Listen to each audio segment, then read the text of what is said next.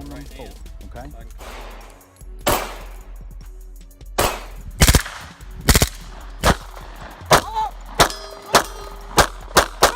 Moving rear!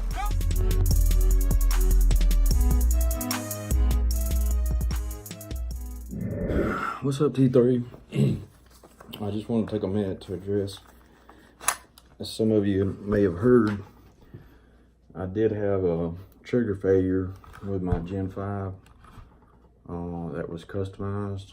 As a matter of fact, a close friend of mine, a student that told me about the Gen 5 is the reason I bought the Gen 5. I wasn't even going to look at the Gen 5 because I was perfectly happy with the one I had, but he bragged on it so much, it made me want to try it, and I'm so happy I did.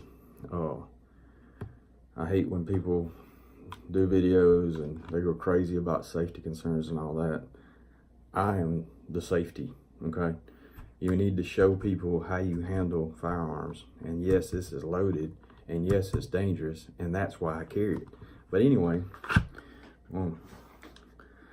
clear this gun, mag out, dump the round, don't catch it.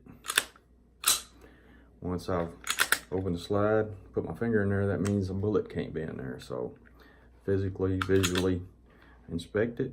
Now that gun is considered clear. Put the ammo away. I want you to understand what happened to me, but what I want you to notice first about, you know, me and Will, when we were in the conception phase of this gun, primary concern was being reliable. Secondary concern was being, you know, trying to make it as light as possible because I carry this so much.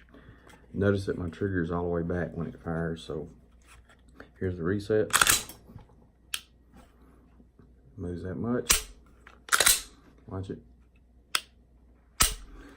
Okay, it pops with authority. It's a nice clean break. It's not light, guys. It's not.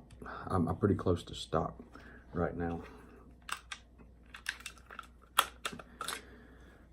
When you remove the slide, and I'm going to call this the shark fin, and this is the part of the trigger bar that extends up and depresses the plunger on the Gen 5, which is this right here, okay?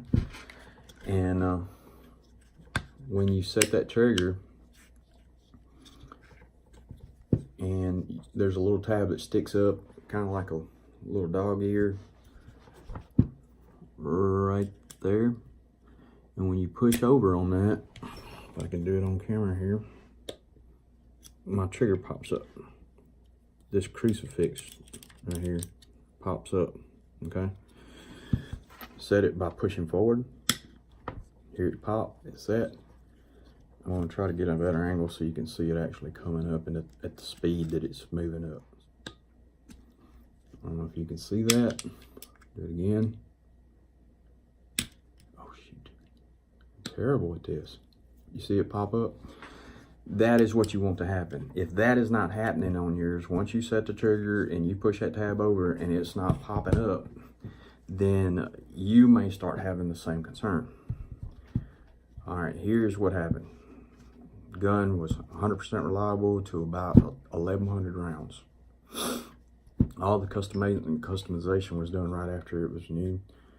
Toe wheel, you know, don't mess with the trigger.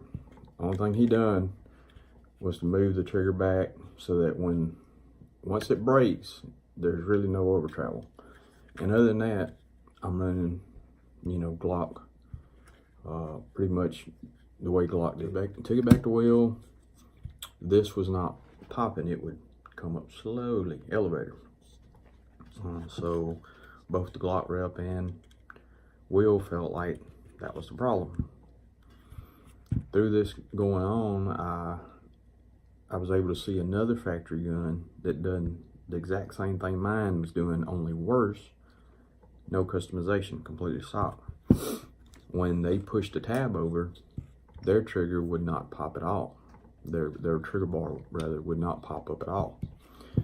So, you know, at that time it was super filthy, but in taking the parts out and replacing Glock rep gave me all new parts, dropped all brand new parts in it, including safety plunger. I mean, everything new on the inside as far as concerning the trigger. still having an occasional dead trigger when I hand rack it. Didn't even try to fire it. It still wasn't good enough for me. I wanted 100% reliable. I want it popping every time. And I'm not going to get into the specifics because if you don't know, you don't need to know, and you don't need to get into it. But we'll basically, you know, up the trigger spring and made it a little bit heavier.